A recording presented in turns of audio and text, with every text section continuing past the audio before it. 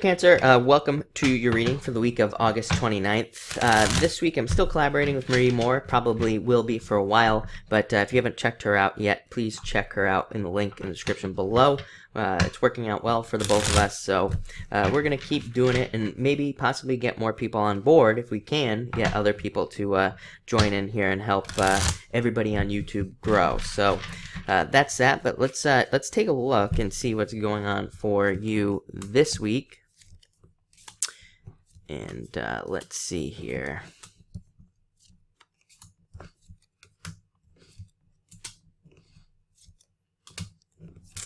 Yeah, much better.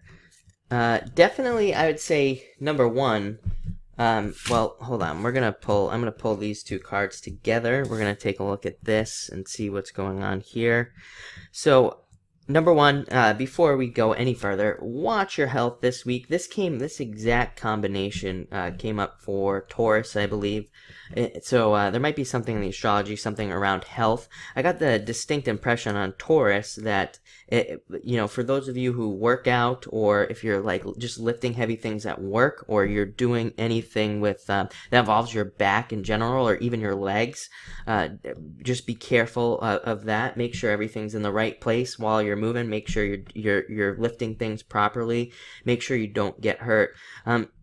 The other weird message I've been getting is if you're lifting anything above your head, if you're doing anything like if you're like painting, even if you're like painting a ceiling or something like that, that might resonate for some of you. So if you're doing anything above your head, just be really careful. I just get this this kind of like distinct impression of something like that going, possibly causing some sort of issue. So just be careful of all those things. These two cards are cards that ask you to watch your health and ask you to take care of yourself. Again, for all of you, all of you Cancers that watch this, definitely just be careful of things above your head. It's like I said, it's just something I'm getting. So be careful of that. Next, first I should say, really, you have this Ten of Spades. Some of you could be thinking about old worries. Let me put it to you this way. Things really turn around for you at maybe more towards the middle of this week, but let go of any worries and any disappointments. This is you thinking about past disappointments and things like that and worrying about those things. To be honest, I think all water signs this week are kind of concerned about these things.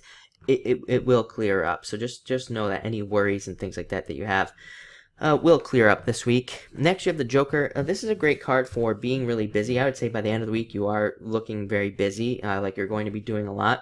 It's a great energy for being able to handle a lot, being able to run around and really do a bunch of different things and being able to handle it as well. I mean, to me, sometimes this is just a card of being able to handle the craziness, being able to handle doing a lot.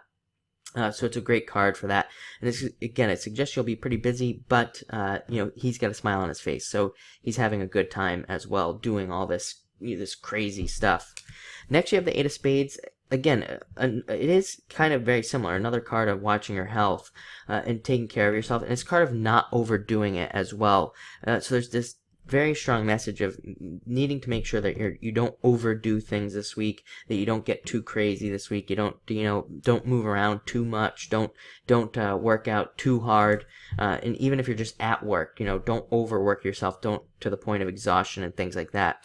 Having said that, this can also be a positive card. Even though it's a spades card, it can represent doing important work. It is the card of work that represents like the work that we do and things like that. So it can represent the fact that maybe a lot of work is being done this week, and it can represent hidden work as well. So you might be doing some things where maybe you're just not realizing the I don't want to say consequences, because I think these are, I think this type of hidden work is always like a surprise later on. It's always very positive and something that you've been looking forward to, so it's a good card there.